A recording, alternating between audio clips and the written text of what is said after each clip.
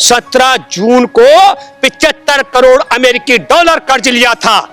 अब आप समझ लीजिएगा, जब हम बात करते हैं कि भारत की सीमा पे कहां कहां चीन ने कब्जा कर रखा है, तो मोदी सरकार कहती है हम देशद्रोही हैं। हम कहते हैं मोदी जी, हमारे देश में प्रधानमंत्री राहत कोष की जगह पीएम केयर है। अरबों अरब रुपए आपने उसमें इकट्ठा किया राहत पहुंचाने के लिए। मेरे भारत के किसानों, मजदूरों, आदिवासियों, दलितों, मछुआरों, गांव के गरीबों से लेकर शहरी गरीबों, मैं आपसे जानना चाहता हूं, प्रधानमंत्री जी ने कहा हमने 20 लाख करोड़ रुपए का राहत राशि तैयार कर ली है।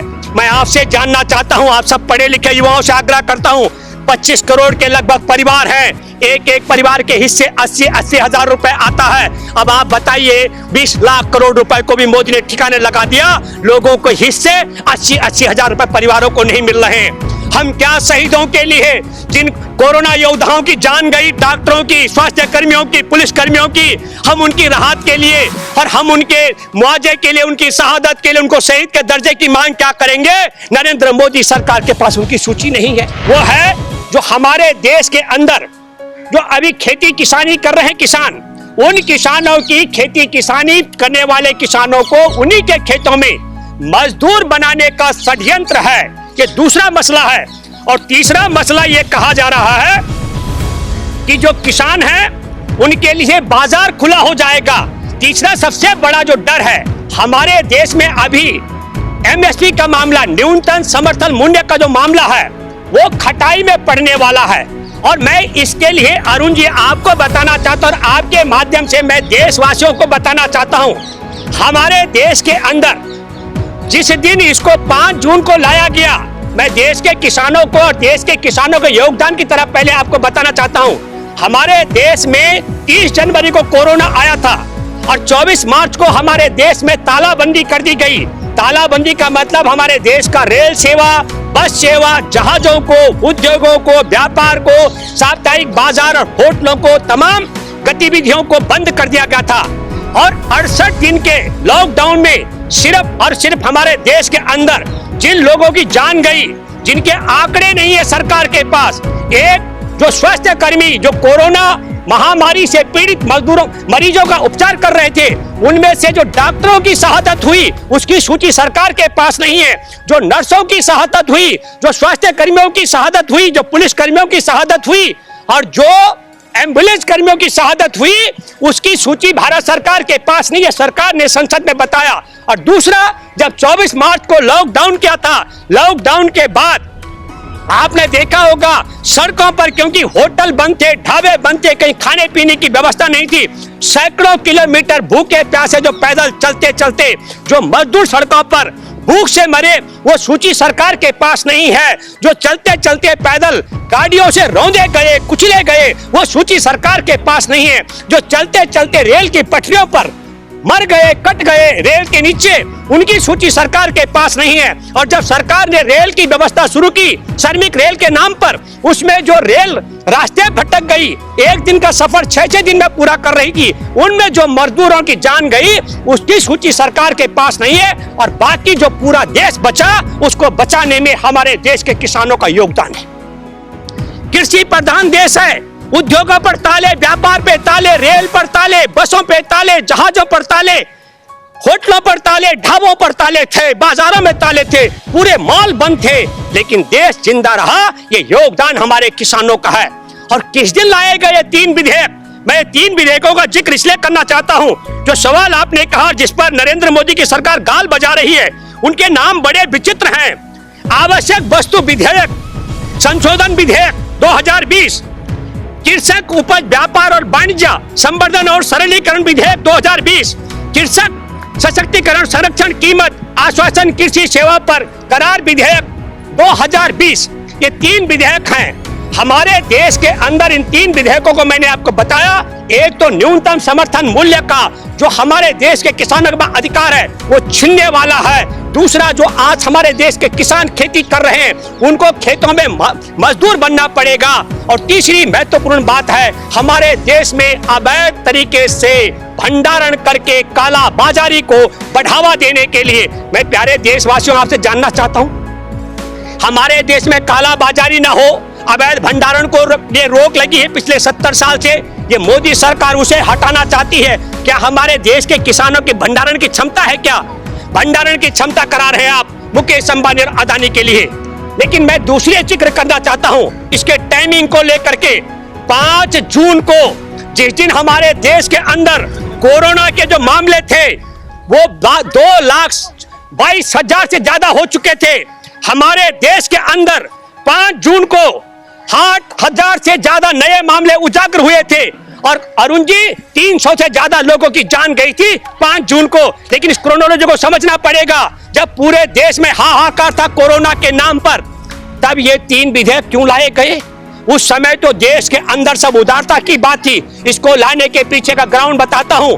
5 मई 2020 को चीन की सेना ने कब्जा कर लिया था भारत की जमीन पर और उसका 1 महीने से ज्यादा दिन हो गए थे। चीन अपनी जगह से हट नहीं रहा था और भारत की सरकार ने तय किया कि हम भारत की तरफ से चीन के सामने गिड़गिड़ाएंगे और लेकिन यह बात देश के लोगों तक न पहुंचे कि सीमा पर चीन ने कब्जा कर लिया है। इसलिए उससे ध्यान भटकाने के लिए 5 जून को कोरोना काल के बीच में इस सारे विधेयक को लाया गया।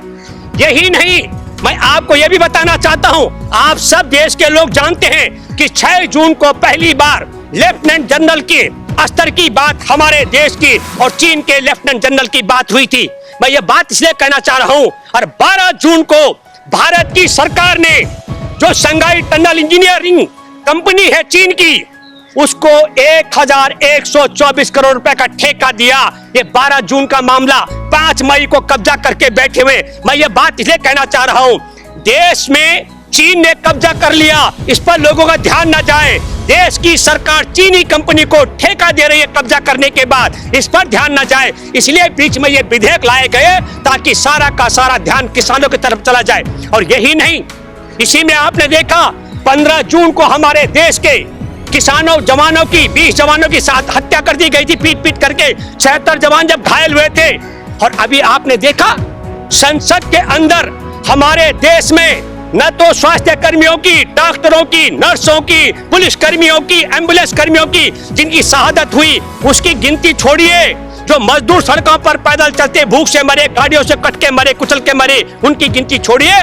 हमारे गलवान घाटी में 20 जवान उसी दिन शहीद हो गए थे और 76 जवान जो घायल हुए, उन जवानों में से हवलदार बिशन सिंह जो 60 दिन बाद जिनकी शहादत हुई।